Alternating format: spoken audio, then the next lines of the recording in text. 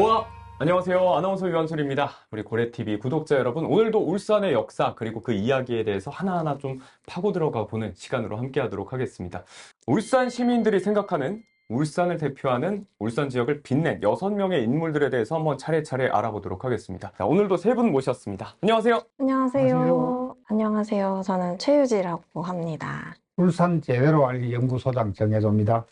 네, 안녕하세요. 저는 크리에이터 최봄입니다. 반갑습니다. 오늘도 세 분과 함께 이야기 나눠보도록 하겠습니다. 울산을 빛낸 6명의 인물. 차례차례 한번 각자 소개를 해보도록 할게요. 울산을 빛낸 대표 인물 첫 번째는요, 박제상이 선정됐습니다. 다들 뭐 이제 교과서에서도 많이 봤지만요, 신라시대를 대표하는 정말 충정, 애국 충정과 뭐 절개를 상징하는 그런 인물이죠. 자, 이분께서는요, 신라의 시조죠. 박혁거세의 후손이기도 하고요. 또 5대 왕이었던 파사이사금의 5세손으로도 알려져 있습니다. 자, 이번에 본격적인 활약상을 이야기를 해보려면 당시 이제 시대 배경을 좀 들여다봐야 되는데, 당시 신라를 둘러싼 국제성 정세가 굉장히 위협적이고 또 긴장감이 넘치는 상황이었습니다. 당연히 이제 옆 나라인 백제는 항상 뭐 눈에 가시고, 또 고구려 같은 경우는 팽창주의가 한창 이렇게 팽배하고 있을 때였죠. 한편으로는 외적도 자꾸 바다 넘어서 들어오고, 항상 견제 대상인 백제를 견제하기 위해서 17대 뇌물마립간 때 두 왕자를 각각 고구려와 외로 파견을 보냅니다. 각국과의 이제 우호 관계를 좀 증진시켜서 백제를 견제를 하려고 했던 거죠. 그런데 두 나라 입장에서는 어때요, 이게? 그냥 굴러들어온 볼모잖아. 그러니까 인질 취급하고 감금하고 정치적으로 이용만 했던 거죠. 자, 이 상황에서 두 왕자를 구해와야 하는 중책을 맡은 게 바로 박제상이었습니다. 왕이 이제 박제상을 고구려 그리고 일본으로 보내요. 그럼 넘어가서 본인이 언변도 발휘하고 막 기지도 발휘하면서 결국 두 왕자를 본국으로 귀국시키는 데는 성공을 합니다. 그런데 정작 본인은 외에서 잡혀버리고 말았어요. 빠져나오지 못하고. 자, 그런데 박제상에게 살 수 있는 기회가 없었던 건 아니에요.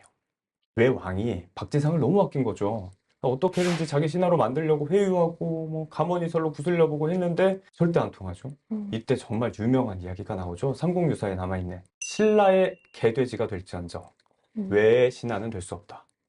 네, 결국 처형을 면치 못했습니다. 그리고 이 이야기를 이제 왕이 나중에 듣고 너무 슬퍼하면서 박제상에게 대하찬이라는 벼슬도 내리고 또 식구들에게 많은 선물도 내렸다고 합니다.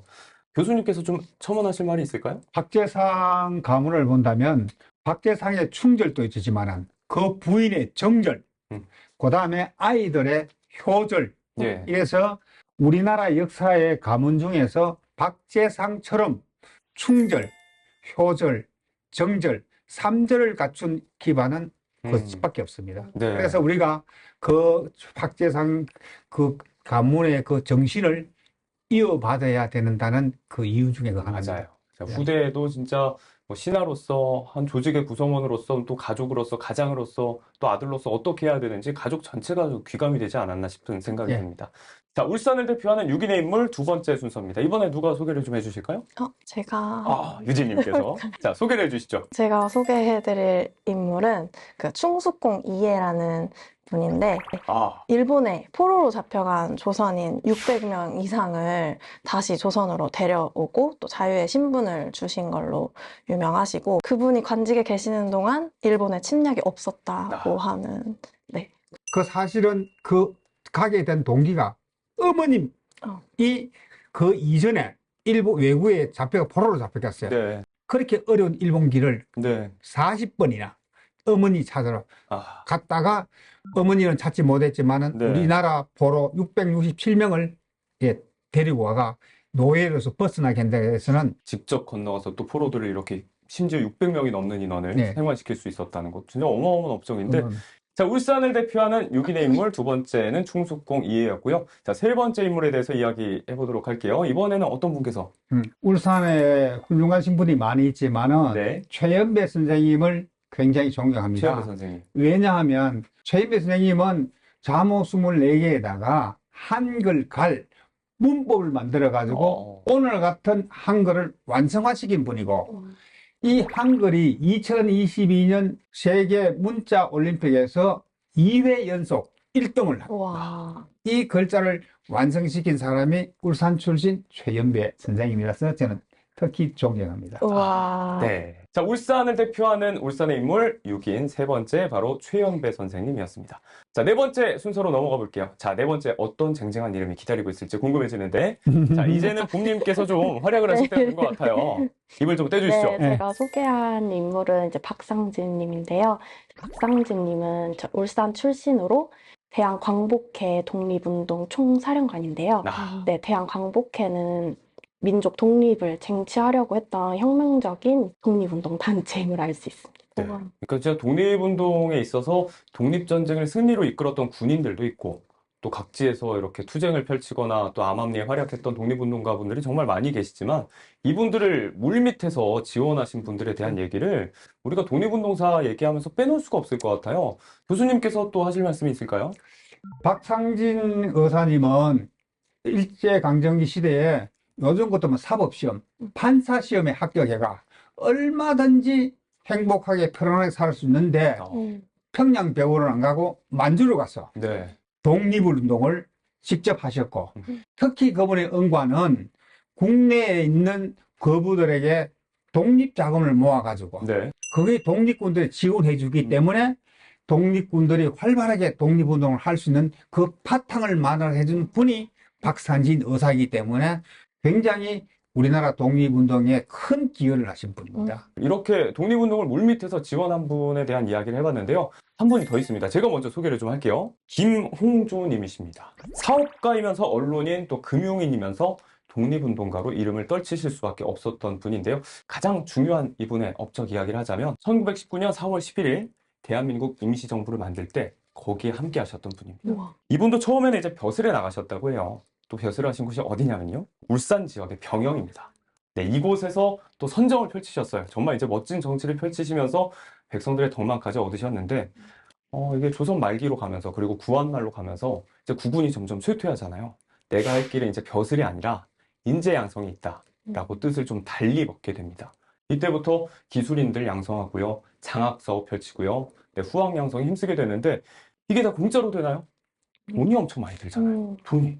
네, 이분이 사업가로서의 수완도 어마어마하셨다고 해요. 그래서 많이 벌어들인 돈을 있는 그대로 다 독립운동 자금, 또 군 자금 여기저기에 다 지원을 하셨고 우리가 영화 보면 밀정, 암살 이런 거 보면 자주 나오는 이야기 있잖아요. 만주의 신흥무관학교. 네, 1912년에 설립이 됐는데 여기에도 지속적으로 운영 자금을 대셨다고 해요.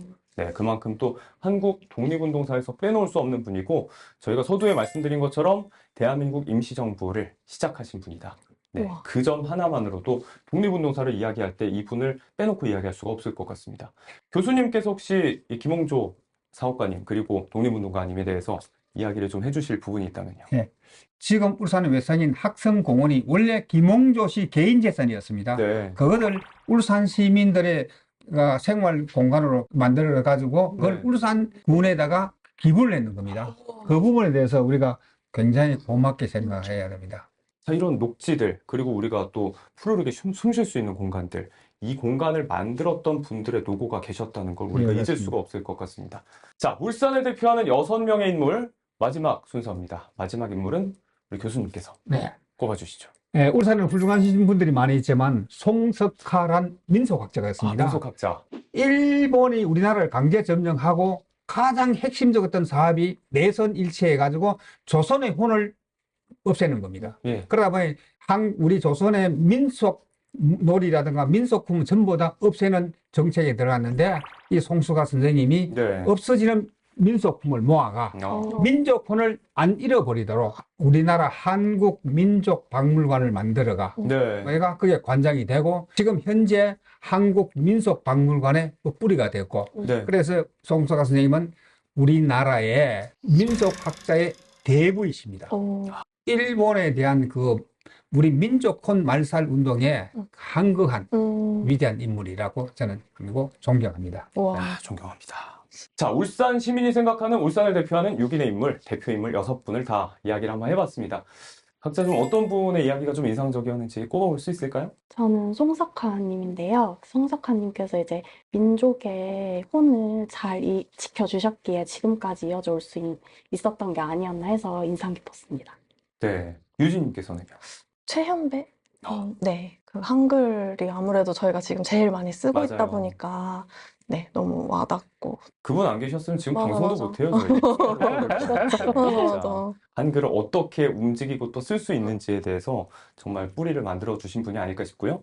교수님께서는 너무 많으실 것 같아요. 그래도 어렵지만 한 분만 꼽으신다면요. 저 최연배 선생님이 역시 오늘 같은 이 문화, 예. 우리나라가 이 문화 강국으로 갈 수 있는 맞아. 많은 기틀을 안 했나 이래가지고 최연배 선생님을 굉장히 존경합니다. 네, 어쩔 수 없이 또 우리말의 중요성에 대해서 되새길 수밖에 없겠습니다. 사실 제게 누가 이렇게 물어본다면 저는 대답 못할 것 같아요. 그러니까 6분, 한 분 한 분을 다 누구 하나 꼽을 수 없을 정도로 정말 대단한 일들을 해내셨고 그분들이 모두 이 울산 지역을 대표하는 분들이었다. 자, 이렇게 대한민국 울산을 빛낸 6명의 인물에 대해서 이야기 나눠봤습니다. 저희가 다음 시간에는요, 이제 인물을 넘어서 울산을 대표하는 장소들, 우리가 혹시나 이런 명소들은 잊고 있지 않았나, 역사적으로 이런 중요한 장소도 있었다 하는 것들을 좀 들여다보는 시간을 갖도록 하겠습니다. 자, 세 분과는 오늘 여기서 인사 나누겠습니다. 고맙습니다. 고맙습니다. 자, 그럼 고래TV 구독자 여러분, 다음 시간에 만나요. 고래!